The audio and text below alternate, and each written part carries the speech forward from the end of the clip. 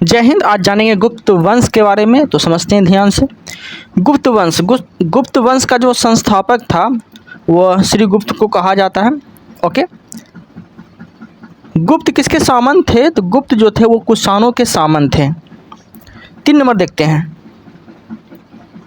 3 number question है, गुप्त वंश के किस शासक ने सर्वप्रथम महाराजा धीराज की उपाधि धारण किया था?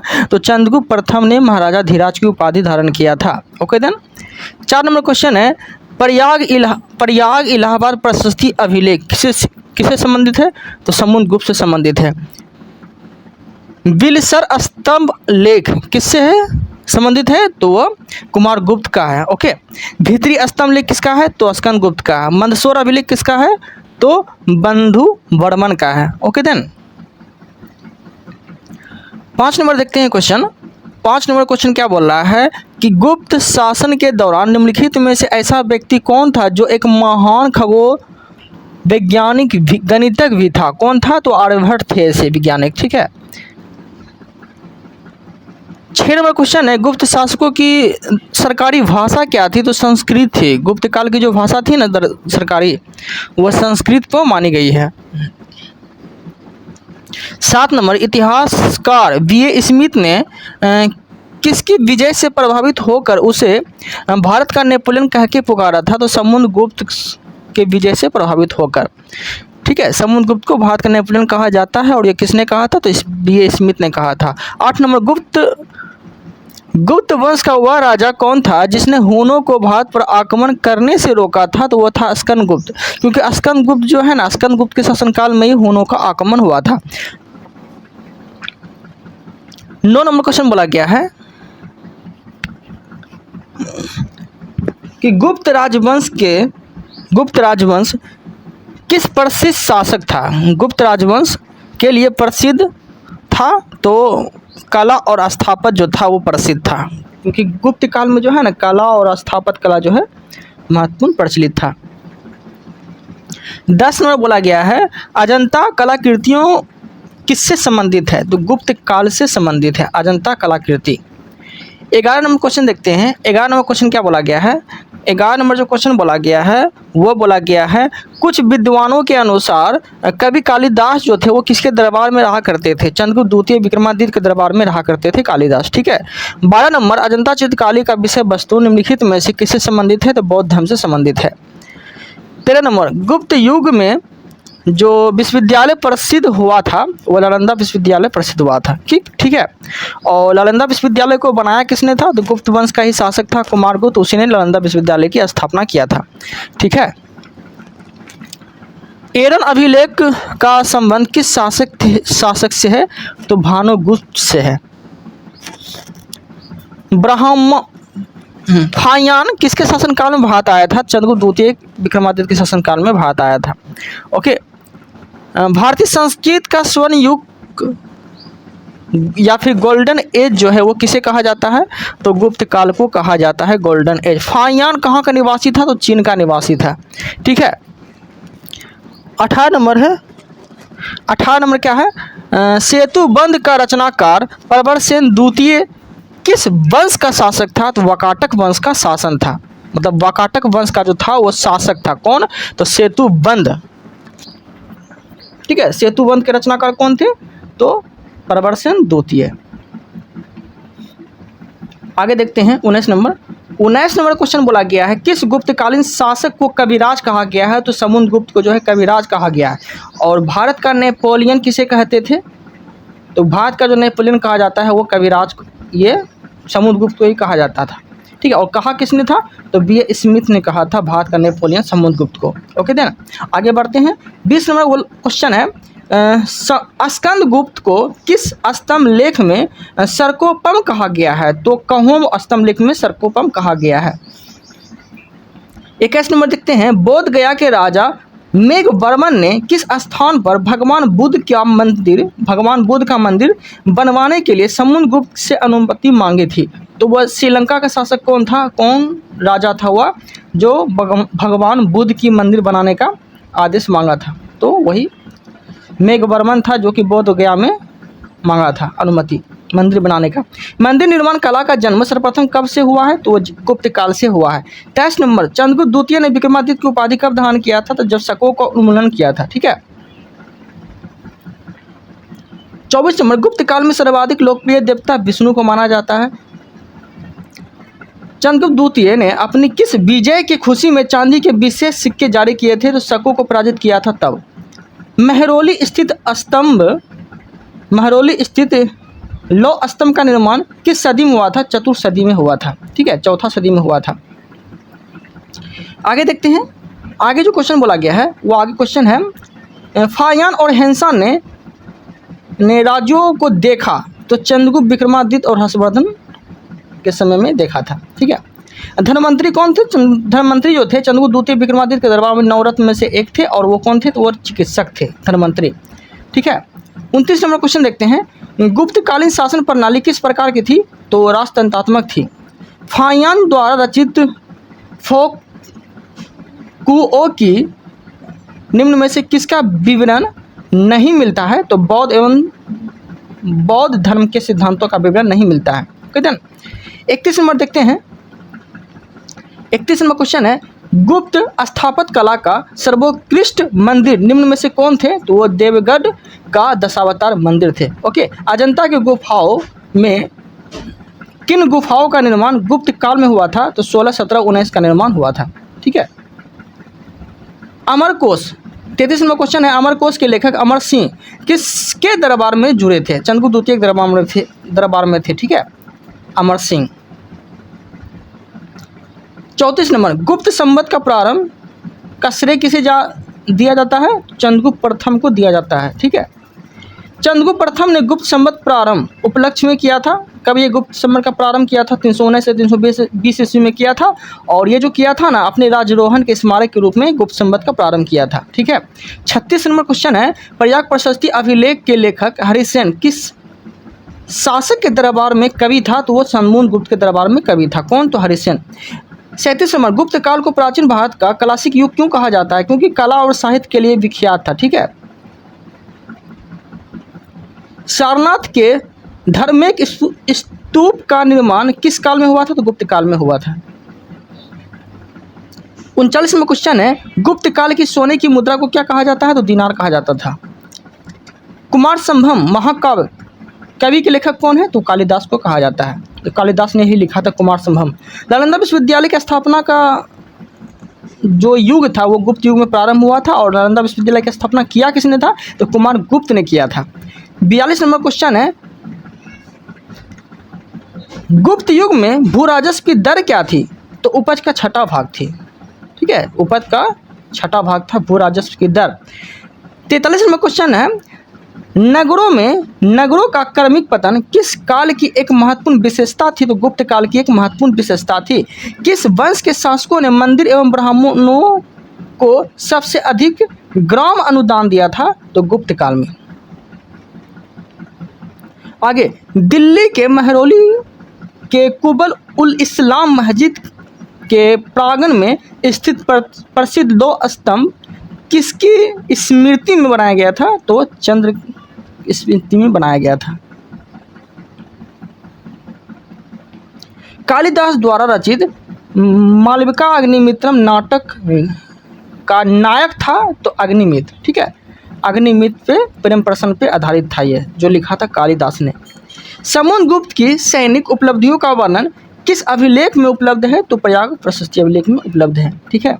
निम्न में से किस काल में स्त्रियों की पुरुषों की बराबरी की गई थी? तो गुप्त काल में। आगे 49 नंबर क्वेश्चन देखते हैं, कौन सा राजवंश हूनों के आक्रमण से अत्यंत विचलित हुआ था? तो गुप्त राजवंश जो है हूनों के आक्रमण से विचलित हुआ था।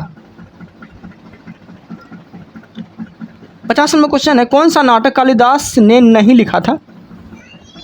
तो जानकी हरण नहीं लिखा था। बाकी लिखा कौन था? तो अभिज्ञान शकुंतलम लिखा था, मालविका अग्निमित्रम लिखा था और वीरकर्मो वर्षियम लिखा था। ठीक है, कौन? तो कालिदास लिखा था। 51 नंबर, अजंता गुफाओं की सरीखी जैसी गुफाएं मध्य प्रदेश में कहाँ है? तो बाग या धार में है। ठीक है, बाग के धार में है। गुप्त वंश ने अवधि में किया था। गुप्त वंश का जो प्रारंभ हुआ था वो 319 से 500 ईस्वी में हुआ था। बाल विवाह की प्रथा प्रारंभ हुई थी गुप्त काल से ही, ठीक है। सोने के सर्वाधिक सिक्के किस काल में जारी किए गए थे? गुप्त काल में जारी किए गए थे सोने के सर्वाधिक सिक्के। और शुद्ध सोना बोलेगा तो कुषाण के शासन काल में किया गया था। यूरोपीय भाषा में अनुदित अनुवादित प्रथम भारतीय ग्रंथ कौन सी था? तो अभिज्ञान शकुंतलम था। ओके देन, सती प्रथा का पहला उल्लेख कहाँ से मिलता है? तो एरन अभिलेख से मिलता है। ओके, 57 नंबर क्वेश्चन है, गुप्त वंश का शासन का क्रम बताना है। तो पहला था चंद्रगुप्त प्रथम, फिर समुद्रगुप्त, फिर चंद्रगुप्त द्वितीय, फिर कुमारगुप्त, फिर स्कंदगुप्त। ठीक है, ये क्रम था गुप्त वंश का शासकों का क्रम। गुप्तकालीन सिक्कों का सबसे बड़ा ढेर कहाँ से मिलता है? तो बयाना भरतपुर से मिलता है। बयाना भरतपुर से मिलता है। ओके, 59 नंबर क्वेश्चन देखते हैं। 59 नंबर क्वेश्चन बोला गया है, किस गुप्त शासक को नालंदा विश्वविद्यालय का संस्थापक माना जाता है? कुमारगुप्त को माना जाता है। कथन बताना है। कथन क्या है? कथन ए बोल रहा है, प्राचीन भारत में सामंती व्यवस्था का अभ्युदय सैनिक अभियानों में देखा जा सकता है। सही है। और बोला गया है, गुप्त काल में सामंती व्यवस्था का पर्याप्त विस्तार हुआ था। दोनों सही है, परंतु दोनों सही है, परंतु RA की व्याख्या नहीं करता है। ओके देन, 61 नंबर देखते हैं। 61 नंबर क्वेश्चन है, गुप्त काल में उत्तर भारतीय व्यापार निम्नलिखित में से किस एक पतन से संचालित होता था? तो ताम्रलिप्ति से संचालित होता था। ठीक है, 62 नंबर क्वेश्चन है, गुप्त शासकों द्वारा जारी किए गए चांदी के सिक्के कहलाते थे रूपक कहलाते थे। ओके,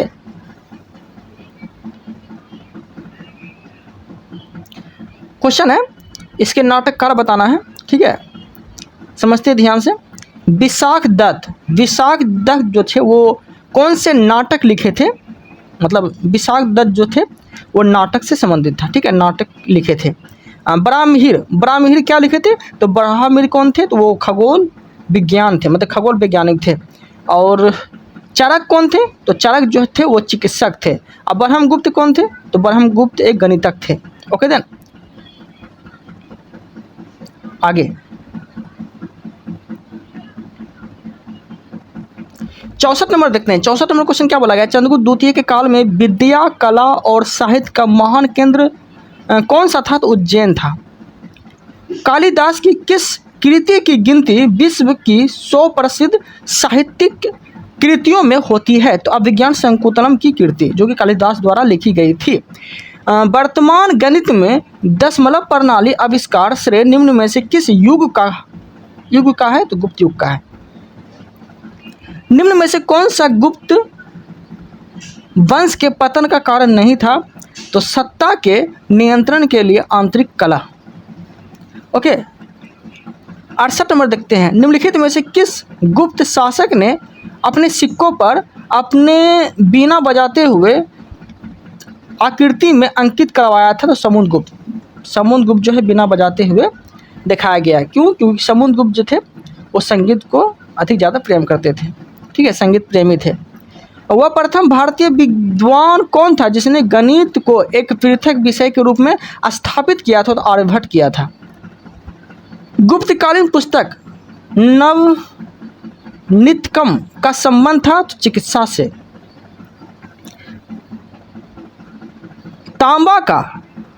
तांबा का सिक्का जारी करने वाला पहला गुप्त शासक कौन था?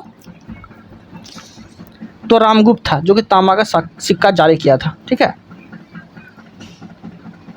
आगे क्वेश्चन देखते हैं। 72 नंबर क्वेश्चन क्या बोला गया है? 72 नंबर क्वेश्चन है, अभिलेख से संबंधित है। समुद्रगुप्त का अभिलेख कौन सा है? समुद्रगुप्त का अभिलेख है प्रयाग प्रशस्ति अभिलेख, जो है समुद्रगुप्त का है। आगे, चंद्रगुप्त द्वितीय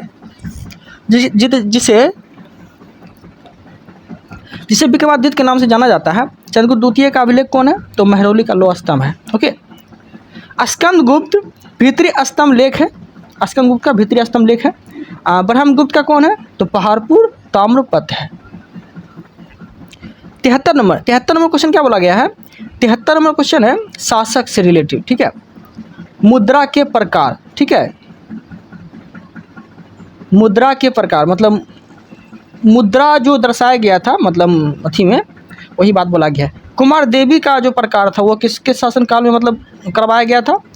तो चंद्रगुप्त प्रथम शासनकाल में। बीना वादन का प्रकार जो किया गया था वो समुद्रगुप्त के में दर्शाया गया। कहने का अर्थ यह है एक सिक्का था, सिक्का में जो है इस तरह से करवाया गया था। ओके। चक्र विक्रम का प्रकार चंद्रगुप्त द्वितीय शासनकाल में। कार्तिकेय का प्रकार कुमारगुप्त प्रथम के शासनकाल में, प्रथम के द्वारा।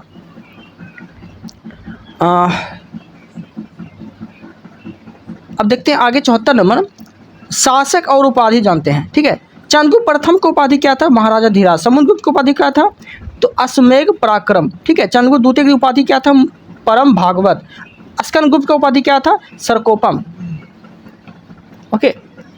75 नंबर देखते हैं। 75 नंबर क्वेश्चन क्या बोला गया है? 75 नंबर जो क्वेश्चन है वो क्वेश्चन क्या है? वो क्वेश्चन है चंद्रगुप्त प्रथम की पत्नी कौन थी? तो कुमार देवी जो लिच्छवी से संबंधित थी। रामगुप्त की पत्नी का क्या नाम था? ध्रुव देवी। समुद्रगुप्त की पत्नी दत्ता देवी। रुद्रसेन द्वितीय की पत्नी प्रभावती गुप्त। 76 नंबर देखते हैं। किस गुप्त शासक ने दक्षिणापर्थ में स्थित 12 राज्यों पर धर्म विजय की थी? तो समुद्रगुप्त ने की थी धर्म विजय। 77 नंबर 77 में क्वेश्चन है सर्वराज्योत क्षेत्रा, सभी राजाओं को उखाड़ फेंकने वाला की उपाधि किसने धारण किया था? तो समुद्रगुप्त ने उपाधि धारण किया था। 78 नंबर किसने अंतिम शक शासक रुद्र तृतीय को पराजित कर और उसकी हत्या कर शकों का अंतिम रूप से उन्मूलन किया था? तो चंद्रगुप्त द्वितीय ने किया था, ठीक है। चंद्रगुप्त द्वितीय था जिसने विक्रमादित्य की उपाधि धारण किया था। आगे क्वेश्चन क्या है?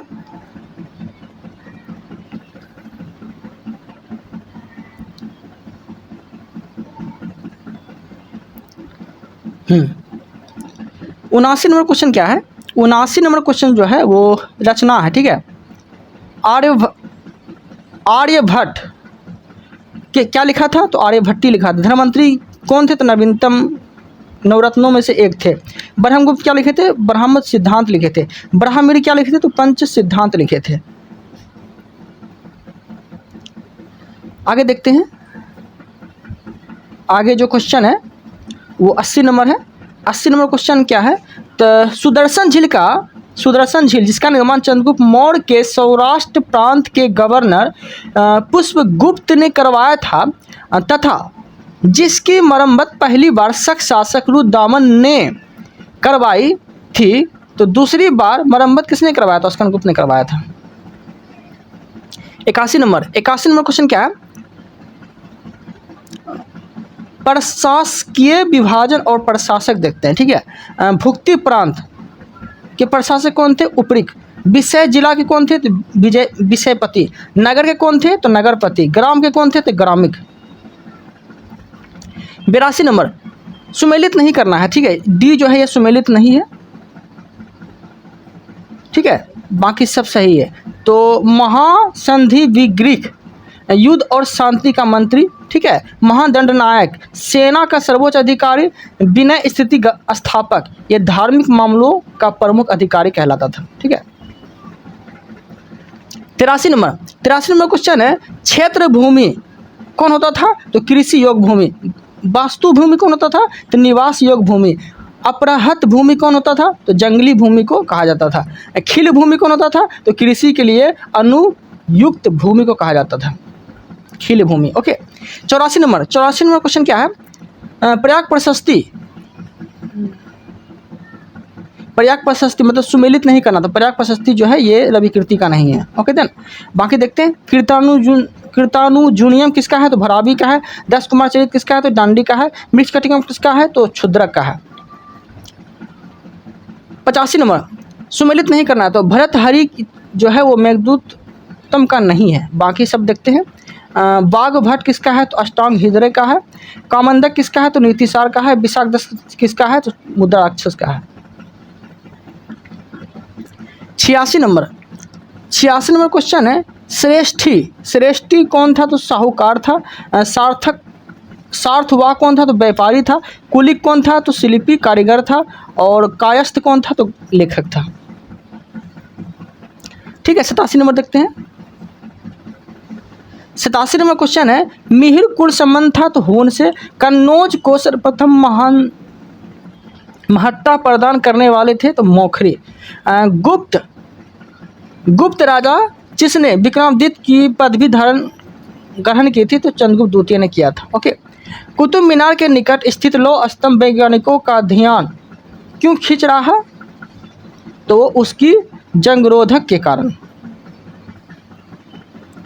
91 नंबर क्वेश्चन देखते हैं, प्राचीन भारत में गुप्त काल से संबंधित गुफा चित्रांकन के केवल 2 उदाहरण उपलब्ध है। उनमें से एक अजंता की गुफाएं में किया गया है। चित्रांकन है गुप्त काल के चित्रांकन का दूसरा अवशिष्ट उदाहरण किस स्थान पर उपलब्ध है? तो वह जो है बाघ गुफा में उपलब्ध है। पांडवर्धन भुक्ति प्रांत अवस्थित है तो उत्तर बंगाल में अवस्थित है। 93वां क्वेश्चन देखते हैं, परम भागवत की उपाधि धारण करने वाला प्रथम गुप्त शासक कौन था? तो समुद्रगुप्त था, जो कि परम भागवत की उपाधि धारण किया था। ओके देन, इस वीडियो में इतना ही। मिलते हैं हम लोग अगले वीडियो में। Thank you, thanks for watching.